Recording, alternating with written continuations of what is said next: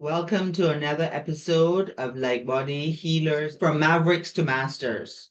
This podcast is where we delve into the transformational world of healing modalities, spiritual awakening, and the journeys that people are on, which is unconventional. I mean, from the Mavericks to becoming masters in the realm of the light body healing. So just join us as we continue to talk to healers, thinkers, spiritual trailblazers, and talk about their paths, their profound transformations, and what they're embarking on right now.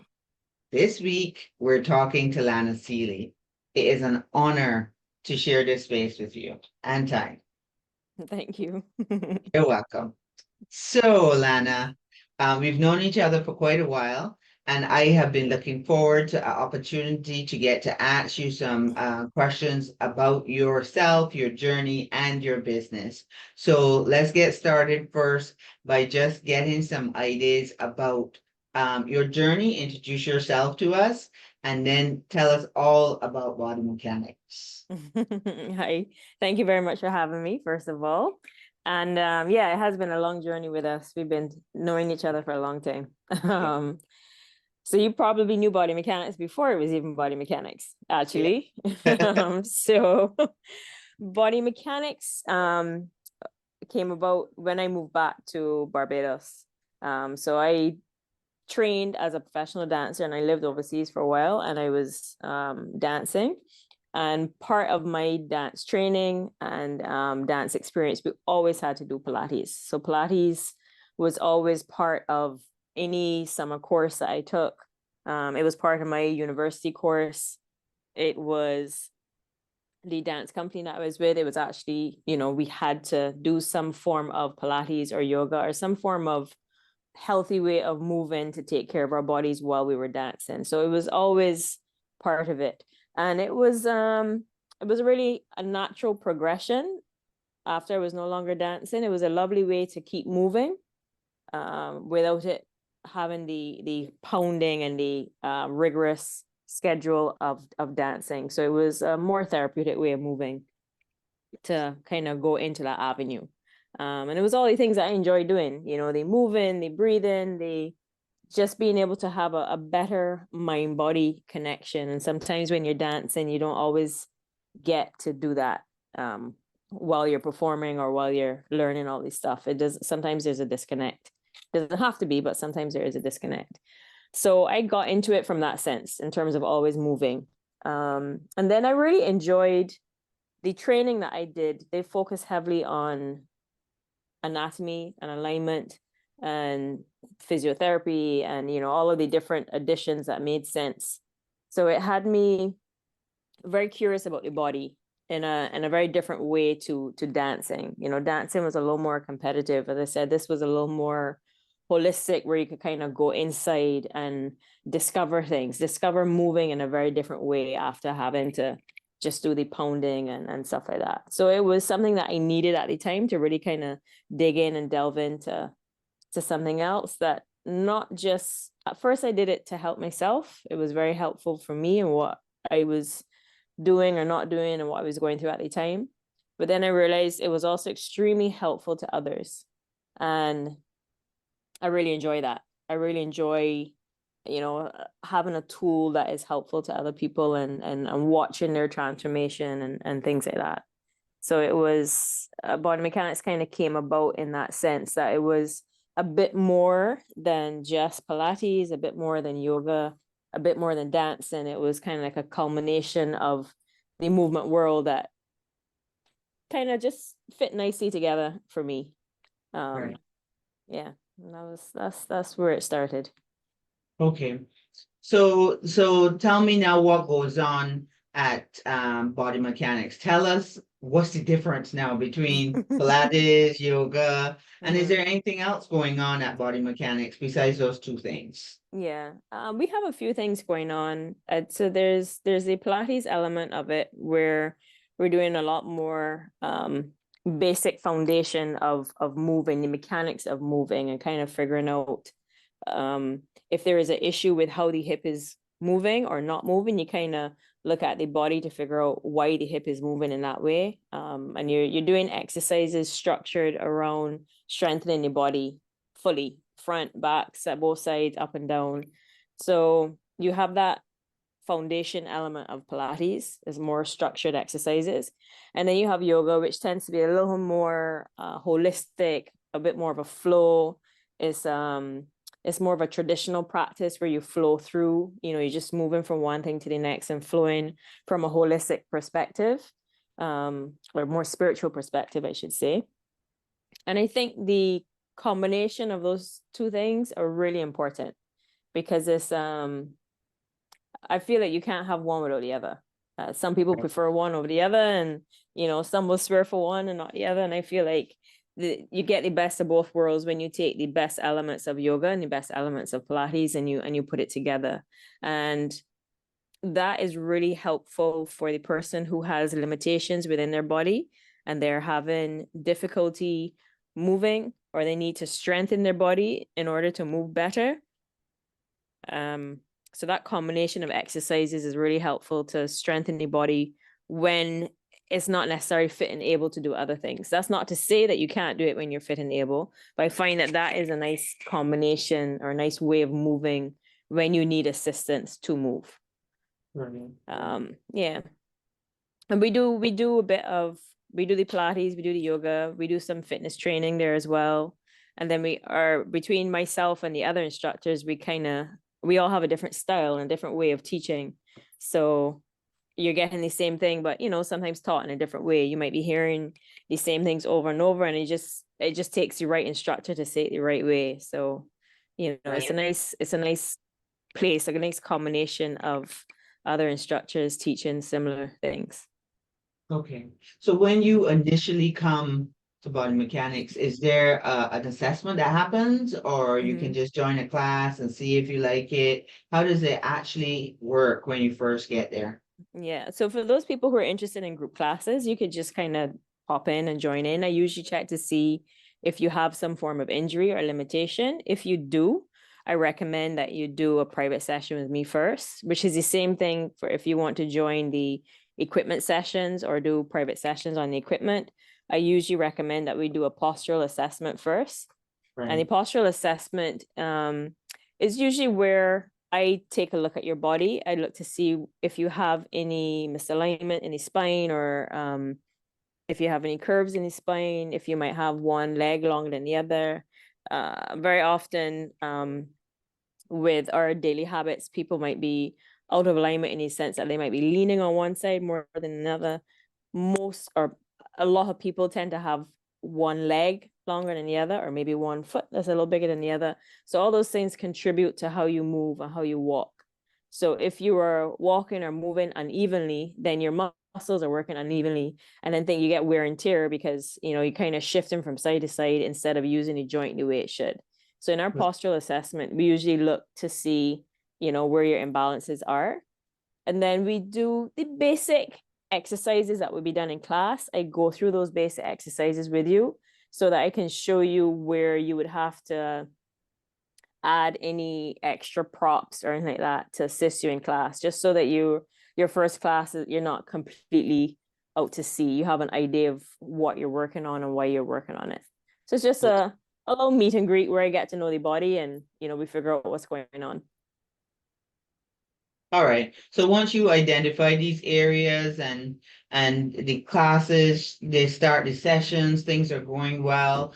How long does it take before you start seeing, or they're so happy with the improvements, they can feel the difference in the flow of their movement now, and the arm is going up further than they thought, and the hip isn't always sticking out, and all these little things.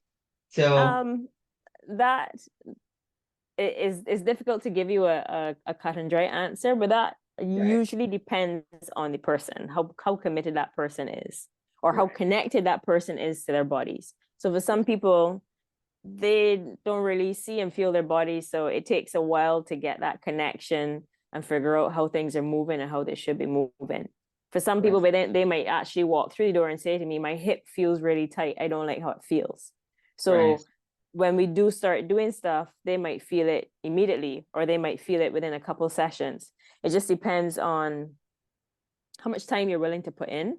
And it also depends on the issue. Sometimes it might be that somebody has one leg longer than the other, and it's been years and years and years of that teetering back and forth on an uneven leg. So your pelvis Right. is out of alignment and has caused a whole bunch of other issues.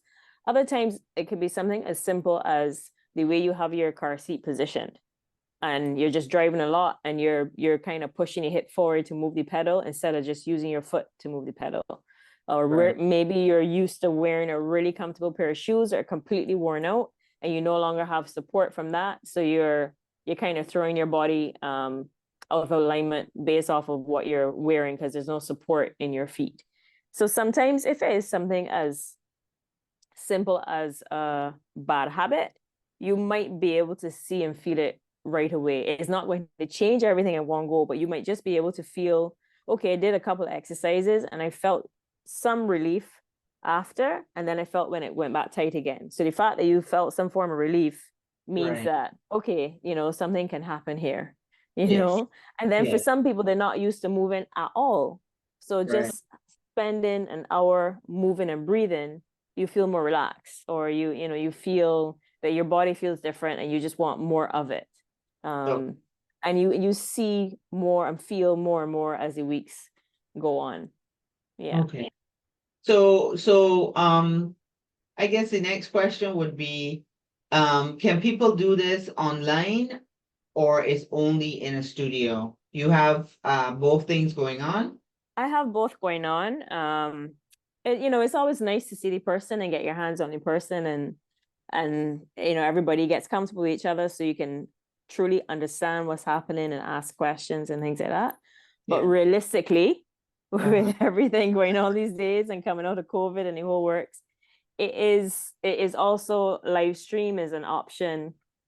Even the class recordings are now an option, because life is life in, and work schedule gets in the way and life gets in the way and all those crazy things. So I like the idea of what I'm doing to be accessible to Good. everybody, not just accessible when you come into class in terms of putting you on the floor or putting you in a chair or wherever you need to be for your body, but also accessible within your life. You either take class live, or maybe you are stuck at work, or you're stuck at home, or don't want to do traffic, and you join us via live stream, or maybe you miss the live stream and you watch the video later. Or Right. maybe you're traveling that week and you don't want to stop, so you join us via live stream or something. So the idea is to modify the accessibility the same way we would modify the exercises in class. Okay. So now that we've established so much of this, so people know exactly what you're up to, do you collaborate with health care providers when it comes to, when people come in there, there really is a lot greater issue going on. Mm. So what kind of Yes. healthcare providers you collaborate with? I kind of do well, small island living. There's a small community within the wellness world, so a lot of us kind of know each other, or you've heard about somebody, or you see something that somebody might need that you can't necessarily is out of your scope of practice. So Right. there are quite a few physios and osteopaths that I um have good relations with. So if there is a client where there's an issue that to me is out of my scope of practice and needs to go a bit deeper, or the client needs to go a bit deeper dealing with a specific issue, I would refer them to a physio or osteopath, and then, or even massage therapists. There are a few massage therapists that I kind of liaison with as well, and then vice versa, they do the same. Sometimes they have a client who has a specific issue and they're strengthening exercises that they need to focus on. And it's one thing to give somebody a piece of paper and say, here, go do this. But if it's not in their schedule, if it's not part of their discipline, they're not going to do it. So Right. referring them to someone who can help them through that, it works for all of us. And Right. then, sometimes you get people who are really, really stressed out, and you might recommend a therapist, or, and this is where you come in. A lot of the time I refer people to you or I have green juices available at the studio. And it's not to put my opinions on other people, it's just to, have an avenue to other forms of wellness that can be helpful. So I speak a lot about the massage therapy and the healthy eating and, your services, and just seeking other forms of wellness, because I find that, health comes in layers. The many different layers of health. It's not just enough to go to a yoga class and breathe. You have to make changes on every level, Yes. and I can't do that all. I Yeah. can't do that all. Yeah. So it's nice to kind of, steer people in direction that they need to go in. Okay. Yeah. So how long have you been in business? How long has it Gosh. been? Let's see. I did. I got my certification. Well, it was about 21 years ago. I was Wow. certified about 21 years Congratulations. ago. I was certified Okay. about 21 years ago, and body mechanics. This year will be 12 years for body mechanics itself. Yeah. Okay. So you know the next question coming. Tell What's me that? about some of those challenges that you have been through. I want to hear Oh. challenges and I want to hear about the some wonderful stories of something that happened that Mhm. really when you think back on it makes you smile that your service was there to help that person Yeah. persevere and move forward. Yeah. Those outweigh the challenges, I will say. They definitely Yes. outweigh the challenges. But the challenges, funny enough, um, I actually, one of my challenges when I was away was finding a job in a Pilates studio as an international student. I mean, rightfully so, it's difficult to give someone a work permit for Pilates when you have so many Pilates instructors in America and England and the whole works. So that Right. was always tricky. But what was amazing to me is that I came home for a 2-week holiday, and there were jobs flying left, right, and center for people wanting a dance instructor and a Pilates instructor. Like, it was just the right timing. I actually moved home to Barbados because of the amount of job opportunities I had compared to the amount of job opportunities I had overseas, which is Wow. very, very strange. I didn't, I guess I never thought of it that way, but it was, that was lovely. Yeah. But in terms of those challenges, sometimes it's tricky to Pilates. A Pilates studio can be very expensive to put together. The equipment is extremely expensive. So you have to do all those things in stages, or I personally had to do them in stages. Right. And it just takes time. As I just told you, body mechanics has been going on for 12 years. And I got my first machine last year. Right. And I got my second machine this month. You Right. know, some people might jump out the gates with 10 machines. I wasn't in that position to do so, but that taught me a lot.